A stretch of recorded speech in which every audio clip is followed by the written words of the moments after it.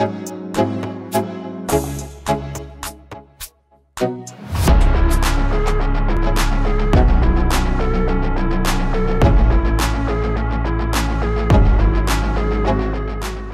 suis Farid Boulassel, directeur de la radio locale News FM. News FM, c'est une radio locale grenobloise.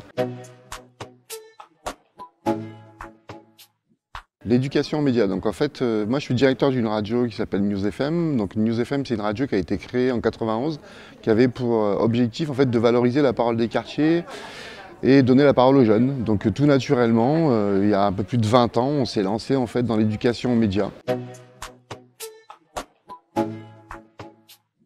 Alors les publics sont assez variés parce qu'en fait on intervient à la fois à la demande, c'est-à-dire qu'en fait on a aujourd'hui beaucoup de sollicitations, c'est-à-dire que ça va être des établissements scolaires ou ça va être des personnes à titre individuel. Nous d'abord on commence toujours en fait par faire découvrir la radio. Dans le cadre de l'éducation aux médias, c'est important effectivement que les jeunes resituent un peu ce média et les autres médias et qui comprennent effectivement leur modèle économique, le mode de fonctionnement, les différents métiers. Et ensuite, on part sur le projet de création d'émissions et donc en fait, on va créer une équipe de rédaction. Et chacun va trouver sa place dans l'équipe de rédaction. Et chacun va dire, bah voilà, moi je serais plutôt travailler sur une interview, moi je serais plutôt travailler recherche de la musique par rapport au sujet qu'on va travailler. D'autres ça va être le montage, d'autres ça va être plutôt micro-trottoir, du coup acquisition du matériel, faire de la prise de son extérieure, aller chercher de l'ambiance sonore. Donc on fait en sorte en tout cas que chacun puisse trouver sa place dans le projet d'atelier d'éducation aux médias.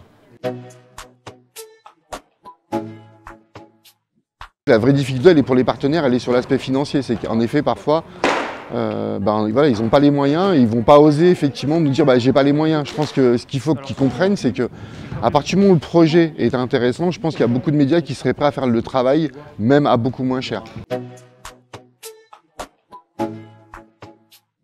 Pour moi, il y a donner confiance aux jeunes. C'est-à-dire qu'en fait, quand on travaille sur la création d'une émission de radio, de contenu radio, création de podcasts et autres, on passe toujours par l'écrit, on passe toujours par l'oral, et du coup il y a des jeunes qui se découvrent et qui reprennent confiance en eux.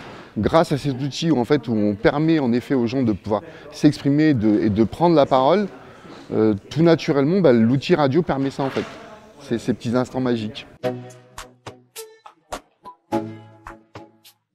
Pour moi, le EMI, à mon avis, il a encore beaucoup de beaux jours devant lui, surtout qu'il y en a qui ont découvert le podcast. Ça fait longtemps qu'on fait du podcast, parce qu'en fait toutes nos du mois c'est du replay mais ça reste du podcast. Et je trouve qu'en effet il faut trouver aujourd'hui des méthodes d'apprentissage et d'acquisition en fait qui soient différentes. Et l'outil média est un bel outil pour ça en fait.